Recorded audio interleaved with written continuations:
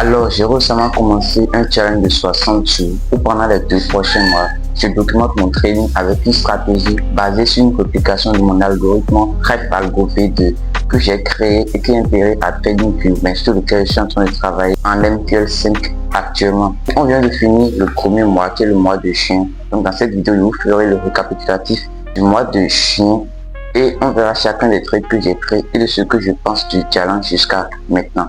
Alors, avant d'aborder le récapitulatif, il faut savoir qu'on ne trade que le Nasdaq ou le challenge en M1, donc on fait du scalping. Et pour faire le challenge avec le maximum de transparence, j'ai pris un compte de démonstration avec un capital de 2000 $. Pourquoi? Parce que je veux montrer vraiment les trades que j'ai pris, pas juste vous montrer que sur des captures d'écran, des trades déjà après coup. Du coup, on a pris un compte de démonstration avec un capital de départ de 2000 $. Et par trade, on risque 0,5% de ce capital, ce qui équivaut à 10 $. Et on fait toujours un risk reward fixe de 1 pour 2. Donc à chaque fois qu'on risque 0,5%, on espère toujours gagner plus 1%. Donc on risque 10 $ pour espérer gagner 20 $. Donc dans cette vidéo, on verra chacun des trades que j'ai pris. Je vous montrerai l'état du compte du début de chien jusqu'à la fin. Et aussi, si c'est que vous avez regardé toutes mes précédentes vidéos du challenge, dans chaque vidéo je disais ma stratégie basée sur mon algorithme RedAlgo V2. Il faut savoir que RedAlgo V2 c'est un algorithme que j'ai créé et qui est intégré à la base à TradingView. Mais actuellement je suis en train de travailler là-dessus pour qu'il soit en bêta très simple. Il faut savoir que il faut pour coder un algorithme, un indicateur ou bien tout ce que vous voulez.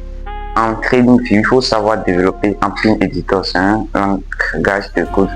Et pour créer des algorithmes de MetaTrader 5, il faut savoir coder, développer en MQL5. C'est vrai qu'ils se ressemblent, mais c'est deux différents mots.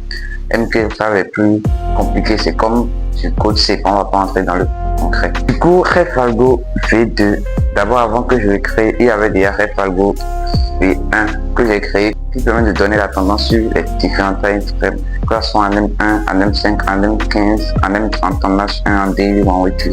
Lui, il ne donne que la tendance dominante et des poches de liquidité, mais RedAlgo V2, c'est un algorithme complet, c'est-à-dire j'ai créé une stratégie de trend following. Une stratégie de trend following, c'est une stratégie qui est basée sur la suivi de tendance, comme l'expression la tendance est ton ami. Du coup, on suit la tendance pour entrer en position. Et RedAlgo V2 nous donne la tendance, les points d'entrée, là où on place nos stop loss. Du coup, c'est un algorithme au complet. Donc, je l'ai testé sur plus de 600 trades. On parle de 3 ans de données et il est pas mal. Donc, le challenge de 60 jours est basé sur RedAlgo V2. C'est mon premier vrai algorithme, même s'il y a codé des vingtaines, voire des trentaines d'algorithmes. Du coup, c'est pas le sujet. Alors, du coup, au total, nous avons pris pour le mois de juin 16 trades et nous avons perdu 8, c'est soit la moitié. Et on a eu un win rate, un pourcentage de réussite de 50%, ce qui est déjà très bien. Maintenant, vu qu'on a eu 8 trades perdus et 8 trades gagnés, ça veut dire qu'on fait toujours un risk reward de 1 pour 2. Donc, on risque 0,5% de capital pour espérer gagner 2 fois ce risque, soit 1%. Donc, les 8 trades perdus, vu qu'on perd toujours 0,5% du capital, pour les convertir en pourcentage de 8 fois 0,5, ce qui nous donne moins 4%. Donc, au total, sur le mois de juin, nous avons eu moins 4% de perte. Maintenant, on a eu aussi 8 trades gagnants. Et vu qu'on fait toujours un risk reward de 1 pour 2, à chaque fois qu'on gagne sur chacun des trades, on gagne toujours plus 1%.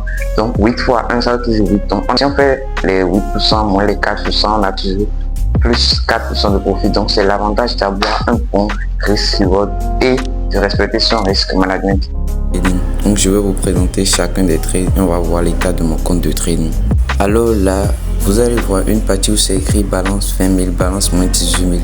Vu qu'on veut faire le challenge sur un capital virtuel de 2000 $ et que j'avais un compte de démonstration avec un capital de 20 000, j'ai dû faire un retrait de moins 18 000 pour revenir à notre capital désiré. Alors là, vous pouvez vérifier chacun des 16 trades du 3 juin jusqu'au 30 juin. Je les ai tous partagés sur ma chaîne YouTube. Donc je l'ai fait avec le maximum de transparence, il n'y a pas de fake profil et tout. Du coup, vu que pour le mois de juin, on a fait plus 4%, normalement ça devrait faire 2000 fois 4 divisé par 100, ce qui nous donne 80. Mais là, on a 111 parce que le mois de juillet a commencé et j'ai pris un trade qui s'était clôturé en stop loss, ce qui nous a fait moins 10%. Donc, si vous vérifiez bien, vous allez voir que le dernier trade que j'ai pris, c'était le 701 2026.